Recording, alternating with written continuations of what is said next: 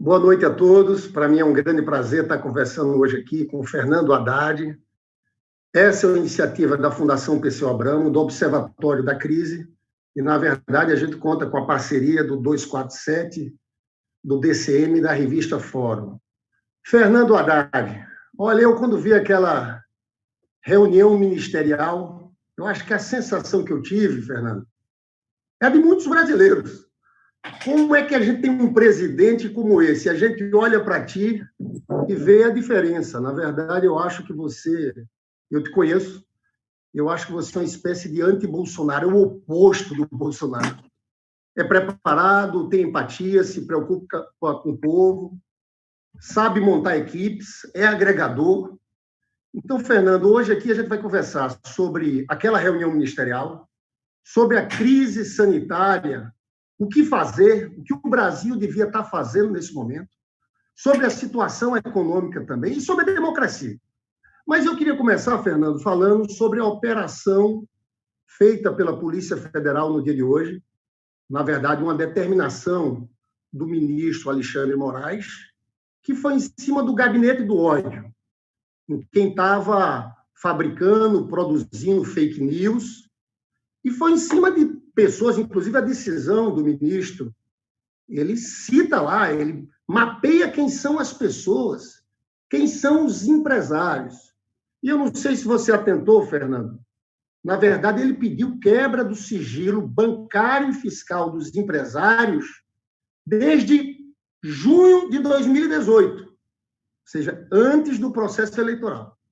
Eu estou falando isso porque tem duas ações do PT no Tribunal Superior Eleitoral pedindo a cassação da chapa, discutindo isso, discutindo fake news e discutindo financiamento empresarial naqueles disparos de WhatsApp. Na verdade, inclusive, houve uma matéria da Folha de São Paulo, da jornalista Patrícia Campos Melo, uma bela entrevista, uma bela reportagem, onde ela, inclusive, cita os empresários, os valores, né? O tal do Luciano Hang, da Havan, que hoje teve na operação de busca e apreensão, já estava citado lá como um dos que financiaram, via Caixa 2, aqueles disparos de WhatsApp contra a tua campanha. Estou falando tudo isso para te perguntar o seguinte: para mim, essa eleição, essa é uma opinião pessoal minha, foi uma fraude, a prisão do presidente Lula, a gente viu como o juiz Sérgio Moro tentou ajudar o Bolsonaro na sua campanha, mas agora tem isso. E tem essa investigação aqui, tem esse inquérito conduzido por Alexandre Moraes. Você acha que isso aqui pode fazer com que o TSE comece a fazer esse processo andar, o processo de cassação da chapa? Essa é a minha primeira pergunta, Fernando. Lindenberg, em primeiro lugar, boa noite. Parabéns pelas funções que você assumiu na Fundação Perseu Abramo. A Fundação se transforma num centro de excelência de reflexão crítica e propositiva para o Brasil, dando ao nosso diretório nacional, à nossa executiva, à nossa presidenta Gleisi, condições de oferecer soluções para os problemas, os que não são da nossa conta, mas chegaram a nós, aos que foram criados pelo governo Bolsonaro, e qualificando, eu diria como há muito tempo não se via, qualificando enormemente o papel das nossas bancadas no Senado e na Câmara. Quem está fazendo a diferença no Brasil hoje é a oposição.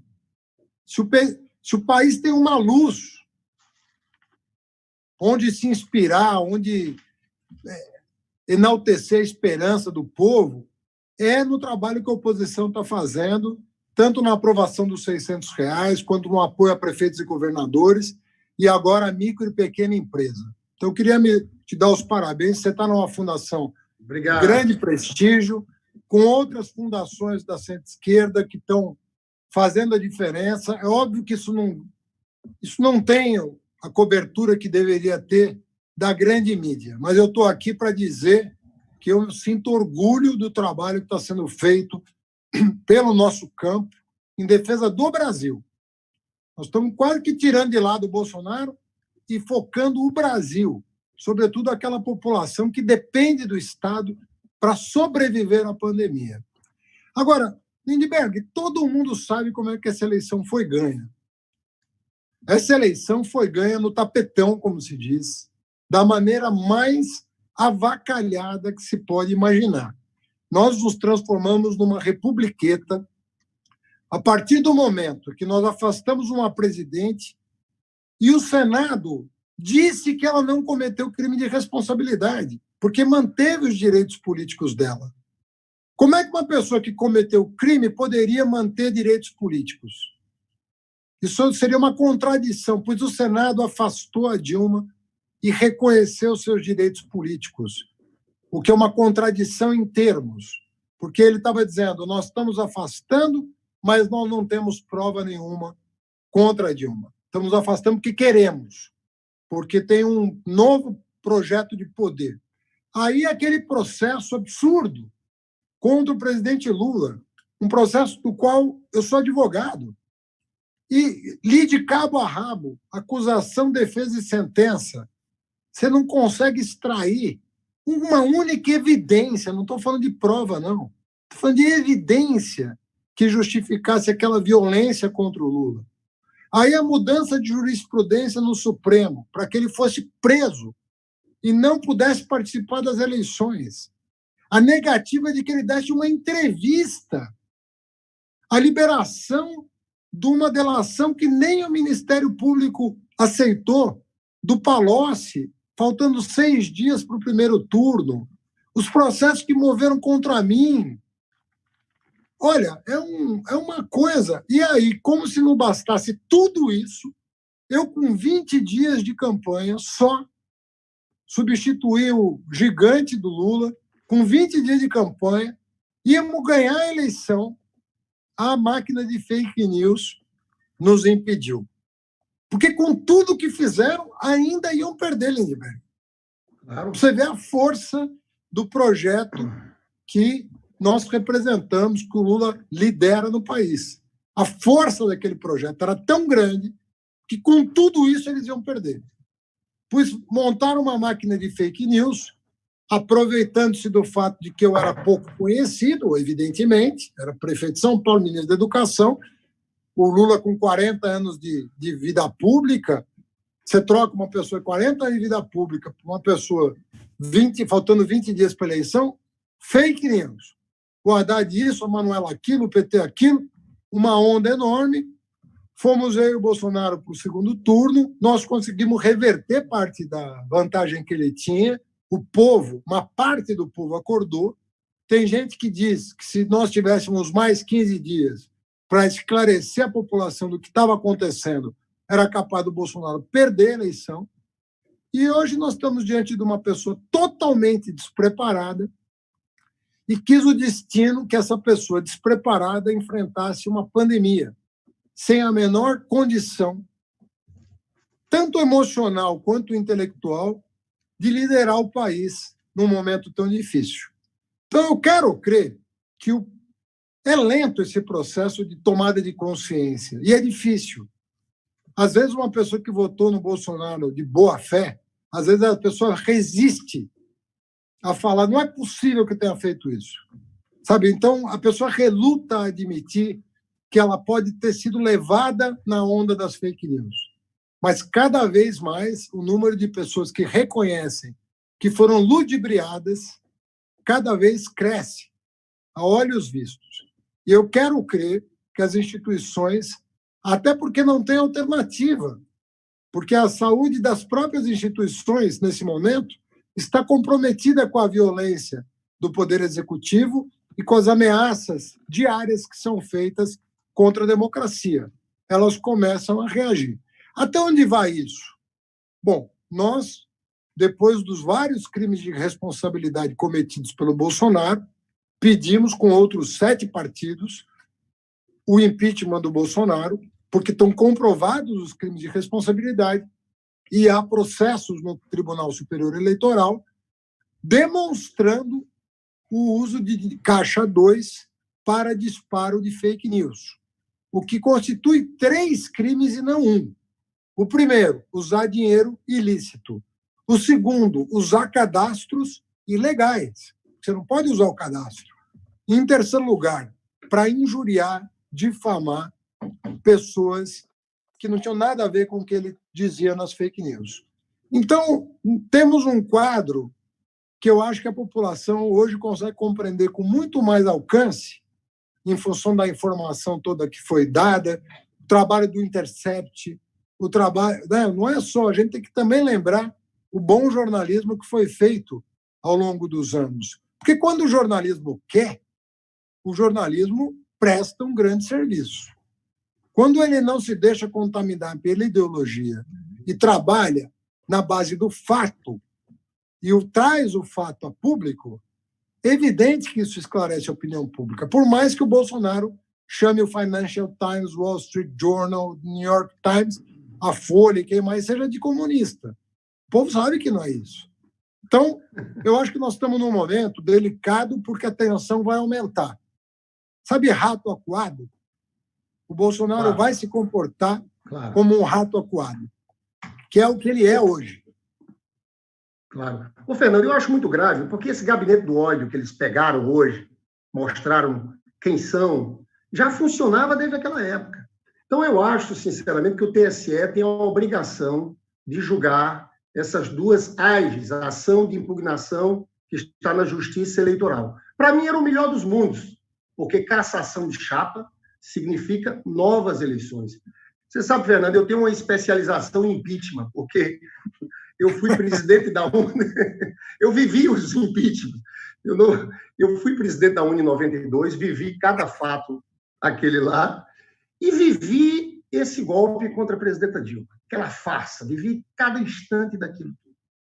Eu tenho uma convicção, é muito difícil o Bolsonaro acabar esse governo. Eu acho que o Bolsonaro cai. As pessoas às vezes me perguntam o que falta. Falta a popularidade dele descer a menos de 15%. A última pesquisa da XP, ruim e péssimo, foi de 40% para 50%, e ótimo e bom caiu para 25%. Se cair para baixo de 15%, Fernando, eu acho que ele cai. Eu não sei se vai ser impeachment ou cassação da chapa pelo TSE, porque eu achei extremamente interessante o ministro Alexandre Moraes ter pedido a quebra do sigilo de junho de 2018. Isso aqui pode ser compartilhado para essa investigação eleitoral que está no TSE. Mas por que eu acho que ele cai? Porque eu acho que a gente está indo para uma tragédia humanitária, né? Infelizmente, por irresponsabilidade desse genocida, vai morrer muita gente no Brasil, mas uma tragédia também econômica. Tem gente falando em 20 milhões, mais de 20 milhões de desempregados, para não falar da crise política e institucional. Eu queria, então, Fernando, te perguntar o seguinte: naquela reunião ministerial, o que mais me impressionou é a falta de preocupação com o povo, descaso completo, falta de empatia, nada trataram da crise sanitária. Eu queria te fazer uma pergunta, porque eu sempre te olho e fico pensando na loucura que foi esse Bolsonaro ter sido eleito. Se você fosse presidente da República, que papel você jogaria para agregar? Porque ele faz guerra com governadores, ele, na verdade, funciona como chefe de facção, ele não é chefe de Estado. A minha pergunta a você é, no meio dessa crise aqui no Brasil, que medidas você tomaria? Primeiro, assim, aquilo não foi uma reunião ministerial, porque ali não tem ministro e ali não tem presidente da República. Então, chamar aquilo de reunião ministerial é um desrespeito até aqueles presidentes dos quais nós divergíamos, mas respeitávamos, porque eram pessoas que tinham se preparado para exercer o cargo com as divergências que nós nunca fizemos questão de esconder. Ao contrário, a gente sempre explicitou as nossas divergências, mas com o respeito que a democracia exige. Aquilo não é. Eu participei de dezenas de reuniões ministeriais. Eu fui ministro 7 anos. Eu participei de dezenas de reuniões. Às vezes com todo o corpo do ministério, todos os ministros, e às vezes com parte do ministério, quando o assunto era mais restrito da área da educação. Mas foram dezenas e dezenas de reuniões. Eu nunca vi, mas nada nem que lembre aquela reunião. Porque aquela reunião se falou de cassino, se falou de devastação da Amazônia, se falou de trabalho escravo, de empregar 1 milhão de jovens pagando R$ 300 por mês, se falou de vender o Banco do Brasil com uma expressão que diz muito sobre o que ele pensa do Banco do Brasil, falou-se que o funcionário público é um inimigo do governo, em que tem que se colocar uma granada no bolso justamente do sujeito que hoje está cuidando dos nossos pacientes, nas UTIs, nos postos de saúde, nos hospitais, que são enfermeiros, os médicos, os policiais, que ele diz tem que botar uma granada do bolso do inimigo e não dar reajuste por não sei quantos anos. Essa é a cabeça desse governo. É desmonte, é desconstrução. Você não viu nada de propositivo ali, nada de construtivo. Então, não dá para chamar aquilo de reunião ministerial. Aquilo é uma reunião em que as vaidades se expressaram no sentido de adular o Bolsonaro. As pessoas queriam parecer mais radicais do que o próprio Bolsonaro, o que é muito difícil, mas é possível. E se viu um circo de horrores, em que um manda prender ministro do Supremo, o outro manda devastar a Amazônia. Uma crise, Lindbergh, isso não é o governo do PT. Uma crise, quando ela irrompe dessa maneira, a primeira coisa que você faz é instalar um gabinete. É chegar bem cedo, sair muito tarde. É você montar uma sala de situação. É você chamar governadores e prefeitos, estabelecer protocolos. É criar uma matriz em que cidades podem viver normalmente, com alguns cuidados. Outras vão ter que ter um isolamento. Outras vão ter que ter o bloqueio total. Outras vão ter o relaxamento, porque já vão estar saindo da situação crítica. Um país continental como o Brasil, você não pode tratar como um país pequeno, porque as realidades regionais são muito diferentes. Tem município com 2.000 habitantes, município com 20 milhões. A Grande São Paulo tem 20 milhões de habitantes. Os 38 municípios que compõem a Grande São Paulo são 22 milhões de habitantes. Isso exige protocolo. Resultado, hoje nós estamos perdidos. Os governadores, que foram aqueles que tentaram se vincular a regras de manual, de como proceder contra uma crise, encontraram no presidente da República um inimigo do país. Então, quando você não tem protocolo, você veja, não se fez até hoje regulação de insumos. Primeira coisa que você tinha que fazer é regulação de insumos. Um fabricante pode vender uma máscara por 10 vezes o valor que ela tinha antes da pandemia, o álcool em gel. Você vai permitir que se exporte esses produtos, tendo a necessidade deles internamente, porque o dólar está caro e o cara quer lucrar mais? O governo tem uma proposta de abertura de leitos de UTI, está financiando os 5 a 10 mil leitos que são necessários nesse momento. As testagens estão sendo feitas para que a liberalização do comércio seja mais expedita e a gente possa voltar à normalidade com segurança sanitária. Nada disso foi feito. Se fosse o governo, se não fosse a oposição, o governo estaria pagando R$ 200 por família. Se não fosse a oposição, governadores e prefeitos não teriam pago o salário de abril em maio. Não teriam pago. Se não fosse, o governo liberou 1 trilhão e 200 bilhões para os bancos. 1 trilhão e 200 bilhões para os bancos. Sabe o que aconteceu com esse dinheiro?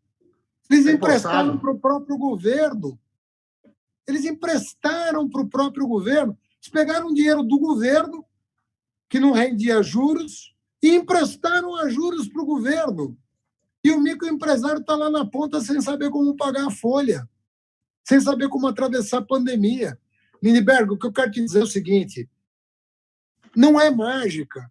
Ninguém está falando em mágica, a situação é grave mesmo. Mas há um conjunto de medidas que vários países estão tomando que resultaram em um número muito menor de mortes e um número muito menor de desempregados do que o Brasil. Hoje o Brasil é o campeão mundial de mortos por coronavírus nas últimas 24 horas. É o campeão mundial de mortes de enfermeiras e médicos no mundo. por falta de equipamento profissional próprio para combater a pandemia. Ou seja, nós chegamos no topo, no pior sentido da palavra. Então, nós não temos, você não tem. Quem é o gerente da crise? Você pedir para um cidadão comum nomear. Me diz aí, quem está à frente do país no combate à crise? No mundo inteiro sabe. A Angela Merkel na Alemanha, a Arlinda lá na Nova Zelândia, o Alberto Fernandes aqui na Argentina. Você vê a liderança. Aqui você vê um inimigo da pátria. Saindo às ruas, tuitando, fazendo vídeo contra o país. É isso que nós estamos vendo. Você tem toda a razão, Fernando. Na verdade, falta liderança, falta o trabalho em conjunto. Numa hora como essa, independente do partido do governador, do prefeito, você tem que juntar todo mundo. Eu me lembro do presidente Lula naquela crise econômica de 2008, 2009. Ele fez o PAC. Eu quero falar sobre a economia já também, Fernando. Ele fez o PAC, ele fazia questão de dizer: eu não pergunto o partido do prefeito. Você tinha uma política ali, concreta, dirigida.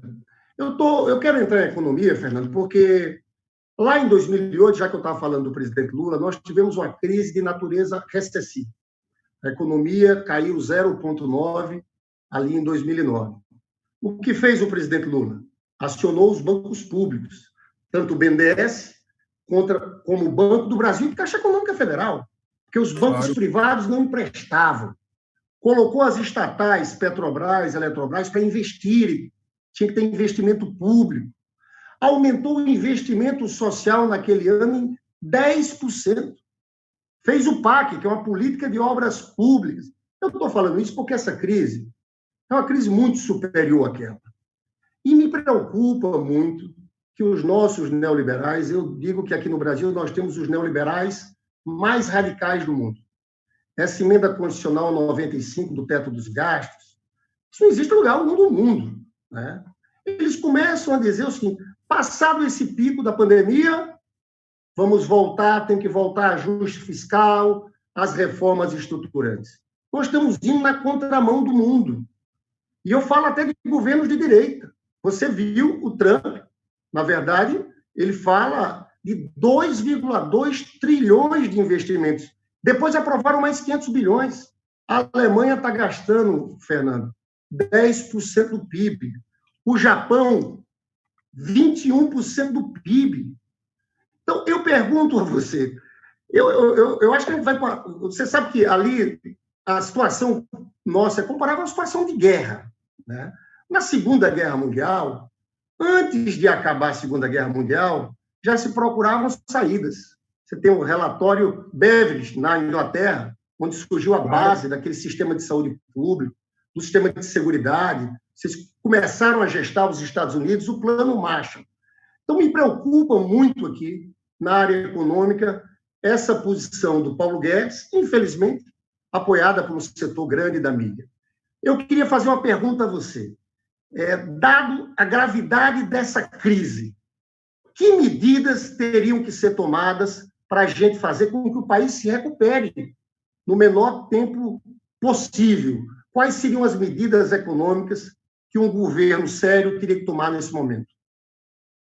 Bom, Lindbergh, eu vou resgatar um pouco do nosso plano de governo de 2018, porque, por incrível que pareça, já em 2018, as medidas que nós propusemos teriam um efeito para combater essa crise extraordinário, um efeito extraordinário. Qual era uma das primeiras propostas que a gente tinha feito? Uma radical reforma bancária. Não dá para viver num país em que o crédito é tão caro. Não é possível superar. Por que o mundo vai se recuperar mais rápido do que o Brasil? Por causa do sistema de crédito. O sistema... Olha, eu fui comerciante 18 anos da minha vida. A pior coisa do mundo é quando você precisava recorrer a banco. Porque o banco tomava o teu lucro e uma parte do seu capital. O juro era tão alto que ele tomava o lucro e o capital. Então, se a gente não tiver um sistema de crédito em que as pessoas possam ter confiança no sistema, você não recupera. Então, o crédito tem que fluir, esse cartel tem que acabar. Não dá mais. A Dilma tentou. Você lembra que uma das razões pelas quais ela sofreu o que sofreu foi o enfrentamento que ela fez aos bancos. Aí o pessoal falava, não, mas ela quer baixar o juro artificialmente. Gente, eles estão com juro alto artificialmente há 20 anos. Não tem sentido um empresário pagar 30%, 40% de juro ao ano, com deflação no país. Com Selic a 3%, o cara paga 40% de juro ao ano. Se ele for descontar uma duplicata, se ele for pegar um empréstimo para capital de giro. Então, outra coisa, a reforma tributária não dá para ser como eles querem. Do jeito deles, não vai funcionar. Porque aqui, quem paga tributo é o pobre, não é o rico. Como proporção da renda, quem sustenta o Estado brasileiro é o pobre. Se o Lula teve o mérito de botar o pobre no orçamento do lado da despesa, nós teríamos que ter o mérito de tirar o pobre do orçamento do lado da receita. O pobre tem que pagar menos imposto, mas, para isso, o rico que não paga tem que pagar. Não tem cabimento o nosso imposto sobre grandes heranças, por exemplo, ser tão baixo. Você está falando de heranças de bilhões, em que a pessoa paga 4% para deixar tudo para os filhos. Bilhões! É ruim até para o filho que herda tanto dinheiro. É ruim para ele como pessoa, para o seu próprio desenvolvimento espiritual e para a sua criatividade. Você transforma a pessoa num pária da sociedade. Naquele país comunista, Estados Unidos, é entre 40% e 60%. É óbvio, porque não tem cabimento o imposto incidir só sobre o consumo, não incidir sobre renda e não incidir sobre patrimônio, como no Brasil. Então, nós tínhamos que fazer isso. Outra coisa é o seguinte, não existe saída sem investimento público. Tem como. Lindbergh, nós somos um país de renda média. O Brasil, o país de renda média, ele tem uma oportunidade. Ele não é rico, mas ele não é pobre. Isso significa que ele tem algum grau de liberdade para ascender. Não existe país de renda média sem investimento público. Não tem como você... A locomotiva é o investimento público. Para quem está nos ouvindo entender, o Haddad está propondo gastar. Não, eu estou te fazendo uma pergunta retórica. As famílias vão sair ou com menos poupança ou com dívida dessa crise. A maioria vai sair com dívida. Mas mesmo quem tinha alguma poupança vai ter que gastar a poupança durante a pandemia. Qual é o resultado disso? As pessoas vão sair da pandemia consumindo menos. O mundo está em recessão. O mundo tende a comprar menos os nossos produtos. Voltou, né? Saiu aqui na... Voltou. O mundo tende a consumir menos. Os empresários, diante da situação, vão aguardar para saber como é que a economia vai ficar. Se ela vai ficar bem, se ela vai ficar mal. Bom, se todo mundo vai puxar o freio de mão, o mundo vai puxar o freio de mão, as famílias vão puxar o freio de mão, os empresários vão esperar para ver como vai ficar. Quem é que vai puxar? Quem é que vai puxar o cordão? Porque a economia é um cordão. Alguém tem que puxar, alguém tem que... Isso não significa sair gastando, Lindbergh, como eles querem crer. Porque o nosso governo, que eles falam que gastou demais, foi o governo que reduziu a dívida pública à metade.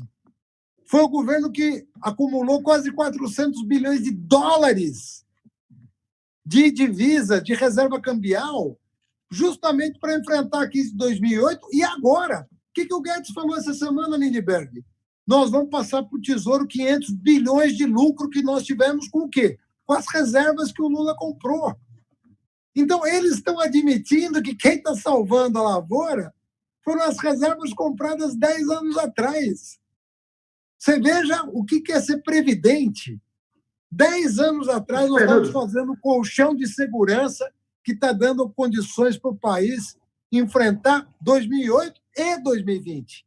Fernando, deixa eu te interromper, porque, na verdade, eu tinha programado essa pergunta aqui, porque uma das narrativas feitas por essa turma do Bolsonaro, porque tem várias fake news, né? Tem aquela fake news que fizeram contra você de campanha, todo tipo de...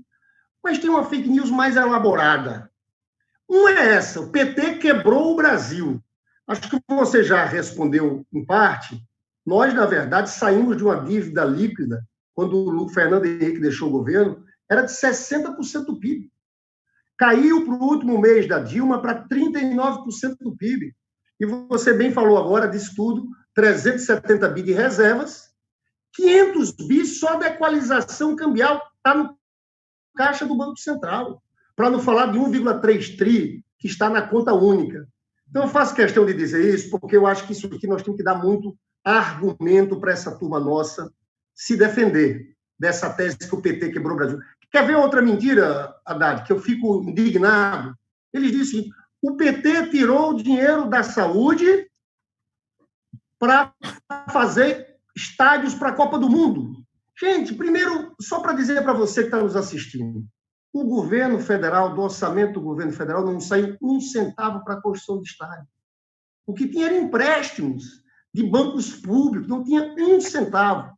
Sabe quanto aumentou o orçamento no nosso governo, na saúde? 2002 era de 24 bilhões, passou para 100 bilhões, mais médico, SAMU, o programa da farmácia popular, um crescimento, Fernando, nominal de 300%, em termos reais de 78%. Então, eu achei muito importante que você tenha falado, dado esses argumentos, porque se tem uma mentira nesse Brasil, é essa história de que o PT quebrou o Brasil. Pelo contrário, a vida de todo mundo era melhor, a vida do povo mais pobre, a gente sabe a revolução que foi feita nesse país. É por isso, Fernando, que eu queria, nesse debate, dizer o seguinte: na economia, ganhou muita força um debate sobre emissão monetária, né? As pessoas perguntam para todo mundo: da onde vai sair o dinheiro? E eu queria que você falasse um pouco sobre isso. Da onde é que sairia o dinheiro? Você fala de investimentos públicos. Você fala, nós temos que ter uma rede de proteção social nesse momento, né? Nós temos que investir mais no SUS. Se ficar a emenda constitucional 95, olha só, em 3 anos, tiraram do SUS 22,5 bi, né? Se ficar no próximo ano essa emenda constitucional 95, o orçamento de 2021 vai sair 30 bi da saúde. Então, o que você faria? Mexeria na emenda constitucional 95 e nesse debate sobre a emissão de moeda. Tem um debate, a teoria moderna da moeda, André Lara Rezende aqui no Brasil, um debate que existe no mundo. Da onde sairia o dinheiro, Fernando? Bom, em primeiro lugar, hoje nós temos 3 regras fiscais. Nós temos a chamada regra de ouro, que você não pode emitir dívida a não ser para investimento. E isso já, na pandemia, já se estourou tudo. Porque como é que você vai enfrentar a pandemia com a regra de ouro? Você vai ter que emitir dívida para enfrentar a pandemia. Então, acabou. Segundo lugar, o teto de gasto. Como é que você vai fazer com a saúde agora? Você vai restringir o gasto em saúde agora? Então, também não funciona. Terceiro lugar, eu vou além. Além de responsabilidade fiscal, nós precisávamos de uma regra, nós precisávamos modernizar a nossa regra fiscal. Ao invés de 3 regras, o mundo desenvolvido tem uma regra só, que é a regra que mais conta, que é a seguinte: o Congresso ele autoriza o nível de endividamento do Estado. Eu acho justa essa regra. É uma regra justa. O povo representado no Congresso Nacional diz o tamanho da dívida pública. Por que eu gosto dessa regra, Lindbergh? Isso aí tem detalhes técnicos que depois a gente podia explorar. Mas por que eu gosto dessa regra? Porque nem todo gasto gera dívida como proporção do PIB. É isso que os economistas liberais não querem admitir. E é isso que o André Lara Rezende tem chamado a atenção. Existem gastos públicos que aumentam mais o PIB do que aumentam a dívida. Então, a proporção entre a dívida e o PIB diminui ao invés de aumentar. Ou seja, você tem que cuidar da qualidade do gasto. Porque Efeito há multiplicador gastos, do gasto.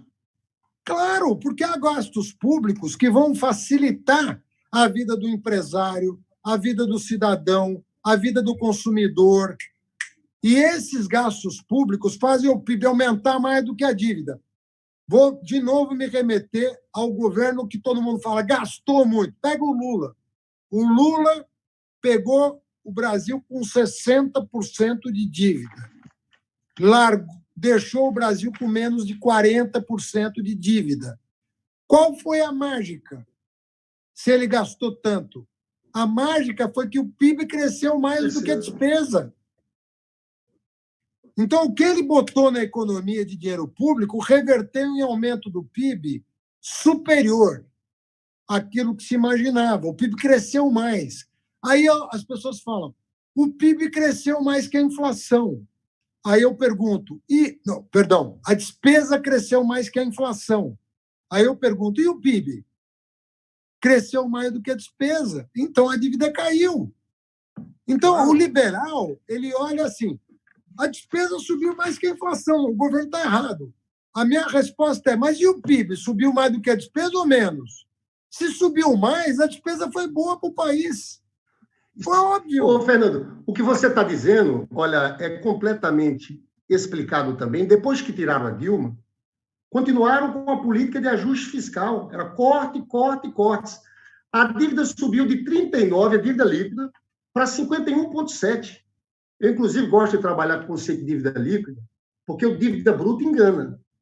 A dívida bruta está dentro das reservas, está dentro do que tem no BNDES. Então, a política de austeridade, na verdade, piorou a situação da dívida. Tem que ter crescimento econômico. Tem um estudo do IPEA muito interessante, na época que o Márcio Postman era o presidente, o João Sipsu, sempre era um economista, trabalhou lá também, que falava o seguinte, o multiplicador da saúde, ou seja, cada R$1, cada 1% a mais investido na saúde, significava 1,8 a mais de crescimento econômico.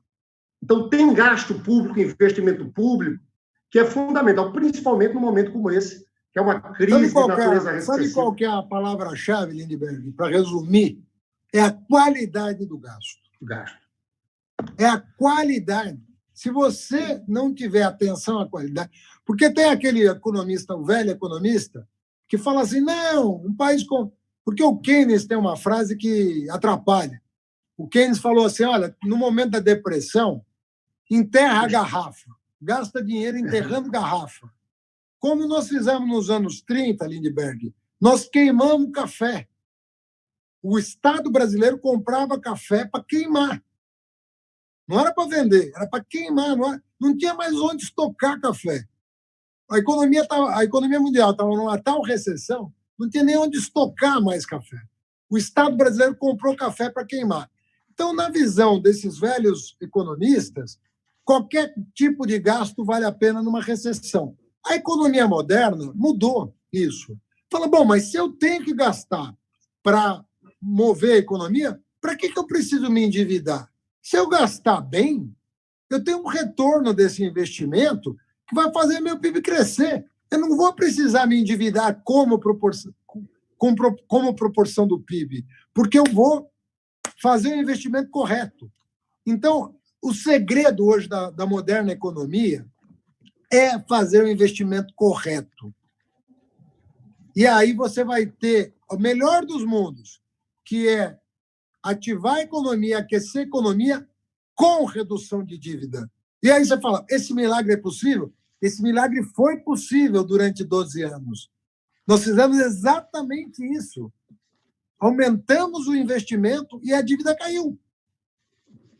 Fernando, deixa eu te falar uma coisa. Eu queria entrar num tema aqui, que é o tema da democracia também. Essa maluquice que nós estamos vivendo aqui no Brasil. Eu me lembro que naquele processo do golpe contra Dilma, eu estava lá no Senado, o Joaquim Barbosa até me surpreendeu, o Joaquim Barbosa, que era ministro do Supremo, numa entrevista que ele disse, olha, o afastamento de uma presidente da República desse jeito, isso pode criar um desarranjo institucional violentíssimo. O que a gente viu de lá para cá é uma loucura. né? A prisão do presidente Lula, uma parte do judiciário agindo como partido político, do Ministério Público também, a eleição do Bolsonaro e essa situação que a gente está hoje. Tem divisão na Polícia Federal, tem uma parte que é ligada a uma extrema-direita bolsonarista. Bolsonaro quer aparelhar, de fato, a Polícia Federal para virar uma polícia política. Tem uma outra ala que é ligada a uma direita lavajatista. Tem tudo, tem de tudo. Eu fico pensando como se pode governar depois. Eu tenho certeza que nós vamos voltar ao governo desse país o mais breve possível, Fernando, porque a vida do povo, neoliberalismo é crise, aumenta a desigualdade, aumenta a pobreza. Mas até para a gente voltar para o governo, eu perguntaria a você, se você virasse presidente da República, o que teria que fazer para reorganizar uma reforma do Estado? Seria necessário um novo pacto social? Uma Assembleia Nacional Constituinte? Então, essa é a pergunta que eu quero fazer de médio prazo em relação à democracia e a esse desarranjo institucional. Mas tem uma de curto prazo, que é a possibilidade de um golpe, né? O que fazer no momento? Que tipo de frente? O que é que a gente tem que fazer para impedir qualquer tipo de golpe? A gente viu a declaração do general Heleno, sexta-feira, né? Sinceramente, eu queria que você falasse um pouco do papel dos militares. Para mim, existe uma unidade grande do Bolsonaro com esse setor. Eu acho, muita gente fica falando da possibilidade de golpe militar por parte do Bolsonaro, né? Se bem que ele trabalha também com a hipótese de endurecer o regime, de fechando o regime, via, por exemplo, aparelhamento da Polícia Federal. Você pode, nós estamos vivendo um estado de exceção, cada vez mais e constituindo por dentro um governo autoritário, você controlando as instituições. Então, a pergunta que eu faço também, você acha que Bolsonaro, que sempre defendeu a ditadura militar, ele tem forças para tentar dar um golpe? Em 64, eu diria que o golpe teve um apoio muito mais amplo.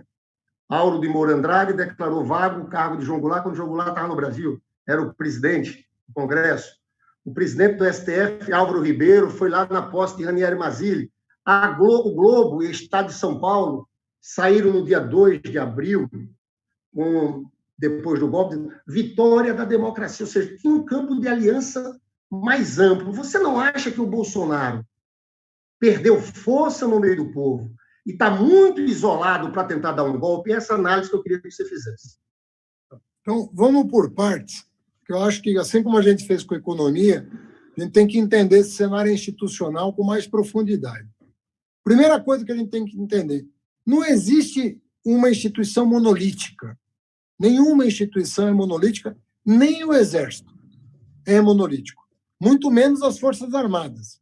Você sabe que há distinções importantes desde a República, desde o começo da República, Marinha, Exército, Aeronáutica, sobretudo Marinha e Exército, lá no passado remoto, tiveram diferentes visões sobre crises institucionais. Então, vamos pegar o golpe de 64. Tinha uma parcela pequena de militares que queriam garantir a eleição de 1965. Era uma parcela pequena, que logo foi afastada, mas existia uma parcela que entendia que as eleições de 65 deveriam ser garantidas. A UDN, que sempre foi golpista contra o trabalhismo, achava que ia ter eleição em 65 com os militares. Apoiou o golpe, achando que eles iam garantir a eleição no ano seguinte. O próprio Juscelino estava preparado para disputar as eleições de 65.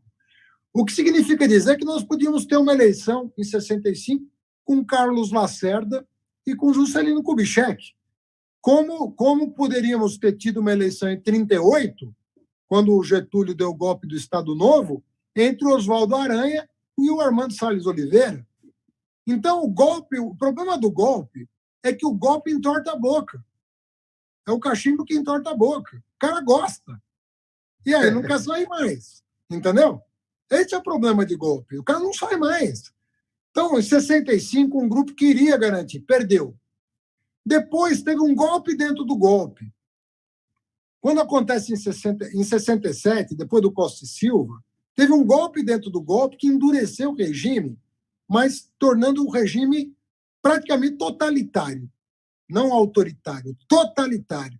era pancada, era para valer mesmo. Era matar gente, torturar gente, acabar com as organizações, acabar com os sindicatos. Depois, quando veio o Geisel, também tem uma divisão nas Forças Armadas.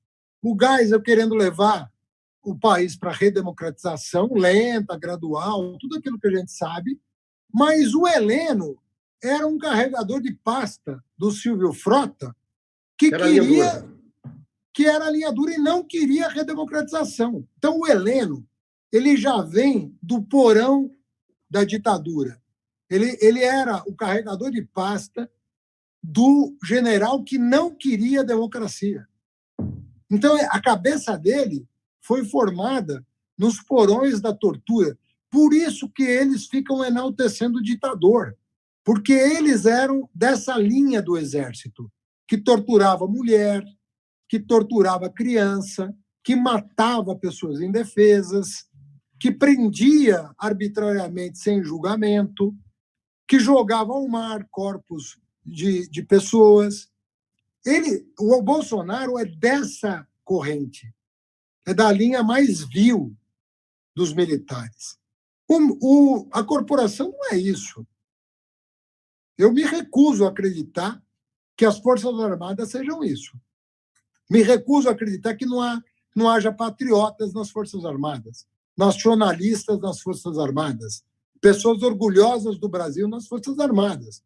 Então, deve existir bolsonarista, claro que deve existir, como existia apoiadores do Silvio Frota, ou do chamado dos três patetas, como Ulisses Guimarães se referiu ao triunvirato que substituiu Costa e Silva na presidência.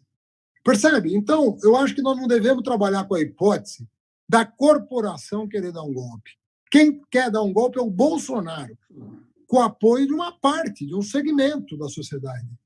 Mas esse segmento da sociedade representa o quê hoje? Quem quer uma ditadura no Brasil ou um governo fascista de tipo totalitário? Eu não acredito que passe de 15% a 20% das pessoas. Por isso que eu acho que ele saiu com 56% de ótimo e bom, está em 25%, caiu para 33%, parecia um patamar estável, caiu para 25%, pode ser que ele se estabilize um pouquinho, mais algum tempo, mais um mês, 2 meses nesse patamar, mas eu acho que o núcleo duro do bolsonarismo, que é o núcleo fascista da sociedade brasileira, ele fica em torno de 15% a 20%. Essa é a minha opinião, que estudo a sociedade brasileira há 30 anos, que eu estudo essa sociedade, do ponto de vista jurídico, econômico, filosófico e social.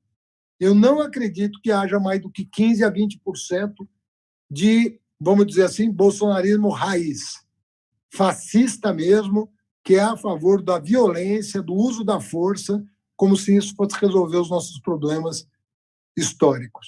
Eu não acredito. Portanto, eu acho que ele está enfraquecido para dar um golpe, mas não é por falta de vontade. Lembrando que em 64, os governadores apoiaram o golpe. Ademar de Barros, Magalhães Pinto, o próprio Lacerda do Rio de Janeiro. Agora a situação é diferente. Porque eles achavam que ia ter eleição no ano seguinte. Muitos deles entraram no conto do vigário do golpista. Esse é o conto do vigário do golpista. Olha, eu vou dar um golpe, mas em um ano eu saio. Fernando, mas como corrigir esse desarranjo institucional no futuro? O que fazer? É a Assembleia Nacional Constituinte? O que é? Como reorganizar, fazer uma reforma desse Estado? O trauma é tão grande, eu acho que o trauma institucional é tão grande, que eu acho que as próprias instituições vão... Olha, veja a atitude do Supremo como mudou. Eu acho que toda instituição pode ser alvo de crítica. Não tem problema nenhum. Eu acredito, por exemplo, em 2016, o Supremo mudou a jurisprudência sobre prisão em segunda instância com foco numa pessoa, que era o Lula.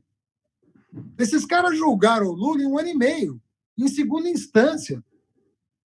Lindbergh, é quase impossível você julgar uma pessoa.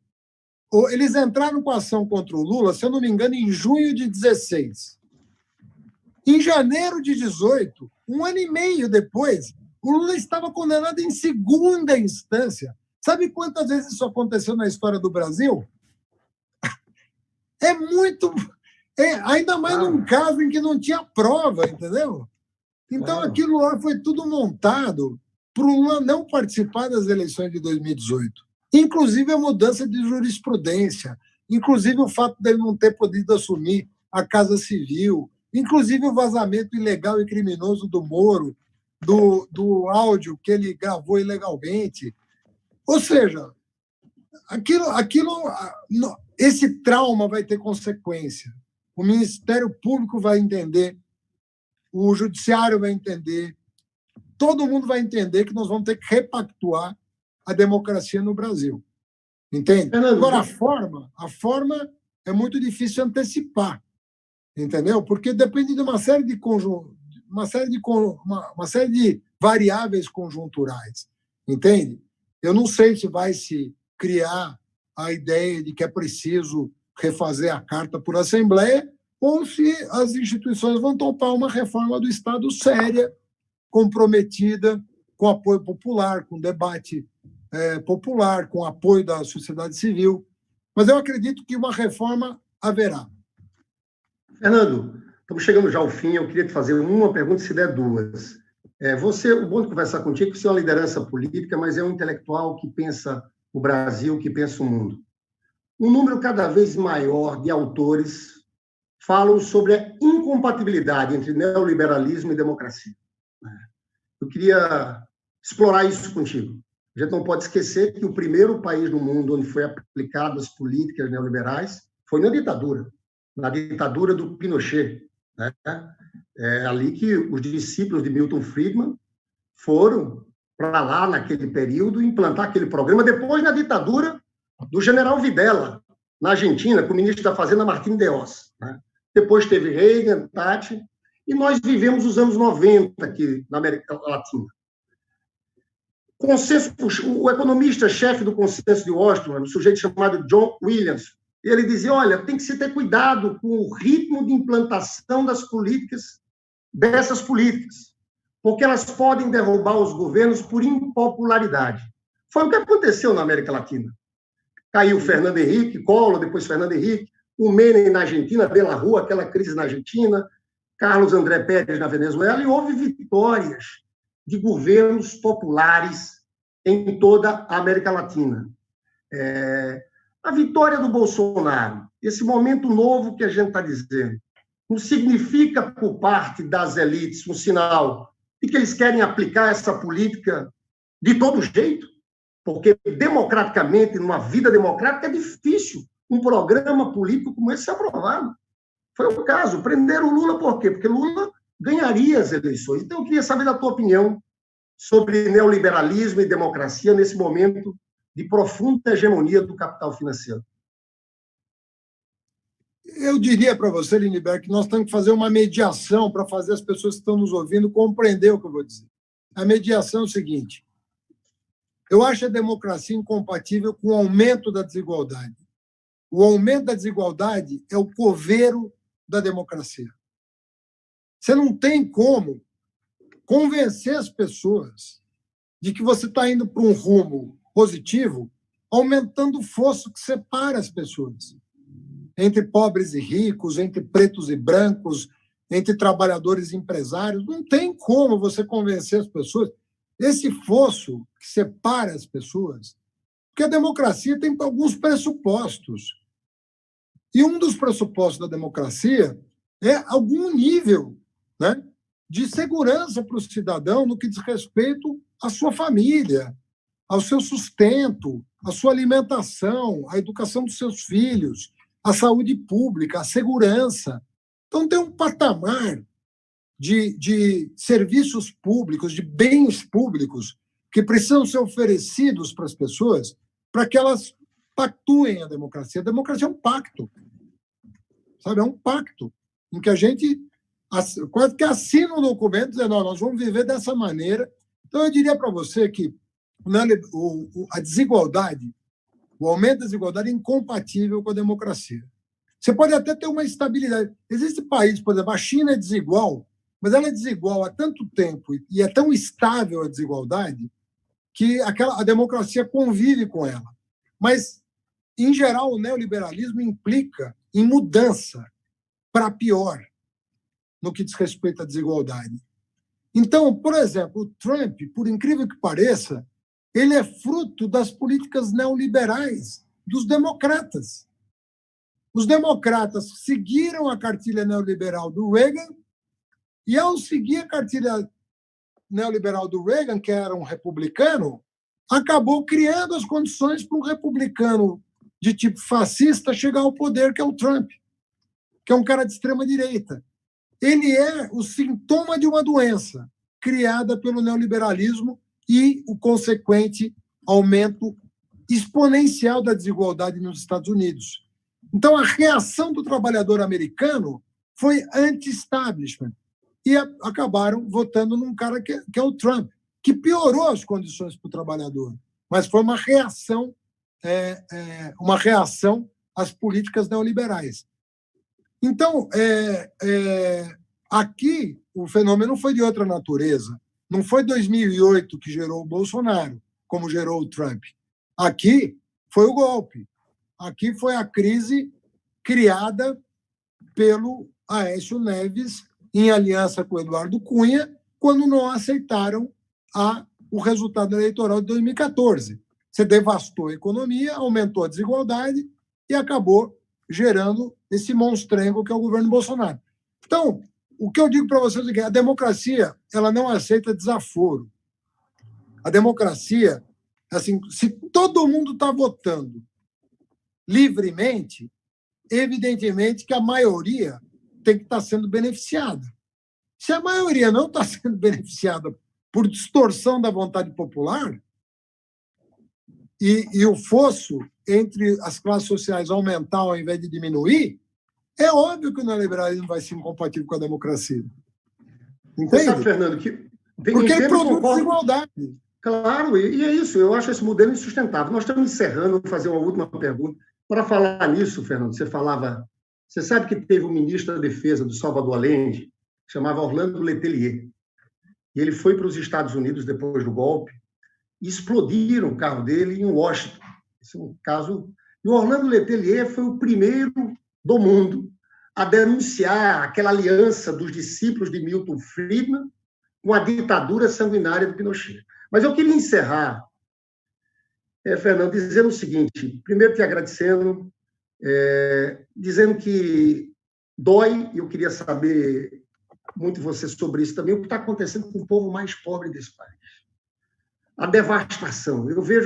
Faz tempo que eu não converso com o presidente Lula, mas eu acho que o coração dele deve estar apertado.